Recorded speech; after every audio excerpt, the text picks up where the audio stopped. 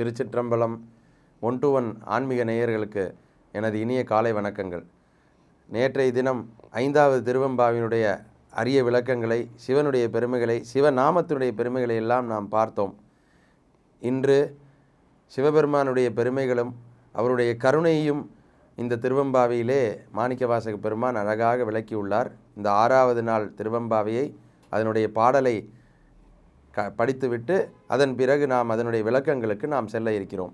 மானே நீ நென்னலை நாளே வந்துங்களை நானே எழுப்புவன் என்றலும் நாணமே போன திசைபெகராய் இன்னம் புலந்தின்றோ வானே நிலனே பிறவே அறிவறியான் தானே வந்தம்மை தலையளித்து ஆட்கொண்டருளும் வானவர் கழல் பாடி வந்தோர்க்குன் வாய்திரவாய் ஊனே உருகாய் உனக்கே உறும் எமக்கும் ஏனோர்க்குன் தக்கோனை பாடையலோர் எம்பாவாய்.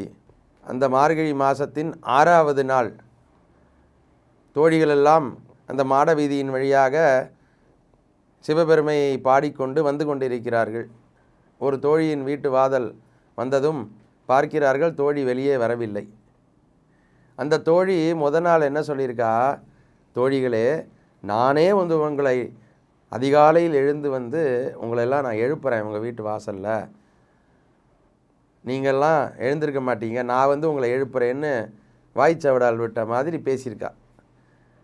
அப்புறம் பார்த்தா இன்றைக்கி இந்த தோழிகள்லாம் வந்து எழுந்து அதிகாலையில் மார்கழி மாதம் 6வது நாள் எழுந்து வந்துட்டாங்க. இந்த தோழி நேற்றுக்கு பேசின தோழி உறங்கிட்டு இருக்கா.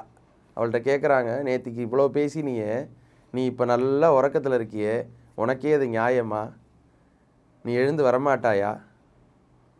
விண்ணவர்களெல்லாம் பார்க்க மாட்டோமா, இந்த திருவடி நமக்கு தரிசனம் கிடைக்குமா அப்படின்னு தவம் இருக்காங்களாம். பிரதோஷ வேளையில் அனைத்து தேவர்களும் கைலாய மலைக்கு சென்று அந்த சிவபெருமானுடைய திருவடியை பார்க்குறதுக்காக வெயிட் பண்ணுவாங்களாம்.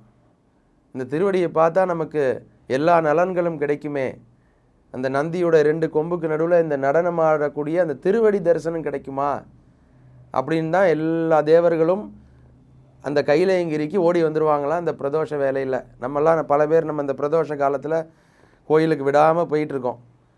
பல பேருடைய பக்தியை நம்ம பார்க்குறோம். தவறாமல் பிரதோஷத்துக்கு போகிறவங்கெல்லாம் நிறைய பேர் இருக்காங்க.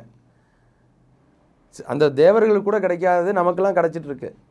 அந்த பெருமையை தான் இங்கே வந்து மாணிக்க வாசகர் இந்த திருவெம்பாவையில் அழகாக விளக்கியிருக்கார். விண்ணவர்களால் கூட பார்க்க முடியாத திருவடி இங்கே சிதம்பரத்தில் வந்து நடராஜராக வந்து நமக்கு பொன்னம்பலத்தில் நமக்கு நடனம் ஆடி அந்த பாதத்தை தான் காமிக்கிறார் அங்கே நடராஜர். அப்படிப்பட்ட பாதத்தினுடைய பெருமையை பாடாமல் நீ இப்படி படுத்து தூங்குறியே, உள்ளம் உருகி உருகி ஆழ்ந்து காதலால் கசிந்து கண்ணீர் மல்கின்னு அப்பர் பெருமான் சொன்னது மாதிரி உடல் உள்ளம் எல்லாம் உருகி பாட வேணாமா? அந்த பாடுறதை விட்டுட்டு இந்த அதிகாலையில் நல்லா தூங்கிட்டு இருக்கியம்மா, நீ எழுந்து வெளியே வரமாட்டேயா அப்படின்னு மற்ற தோழிகள்லாம் இந்த வாய்ச்சவடால் விட்ட அந்த தோழியை பார்த்து கேட்டதாக இந்த திருவெம்பாவையிலே அவ்வளோ அழகாக ஒரு சிவனுடைய மகிமையை இதுக்கு மேலே விளக்கமாக யாராலேயே சொல்ல முடியுமா? நம்மளுடைய பெருமை, நமக்கு என்ன பெருமைனா தமிழ் தான் பெருமை.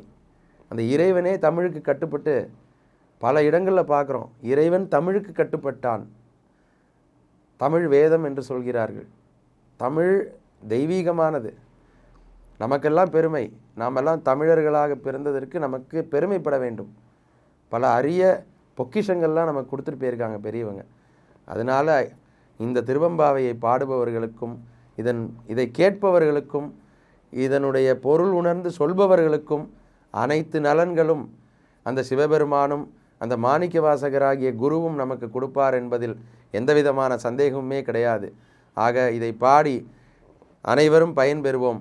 இந்த 1-to-1 ஆன்மீக நேயர் அனைவர்களுக்கும் நல்ல பலன்களையும் பரிபூர்ணமான அனுகிரகத்தையும் அந்த சிவபெருமானும் அந்த குருவும் கொடுப்பார் என்று பிரார்த்தித்து உங்களுக்கு என்னுடைய பணிவான நன்றியை தெரிவிக்கிறேன். நன்றி, வணக்கம்.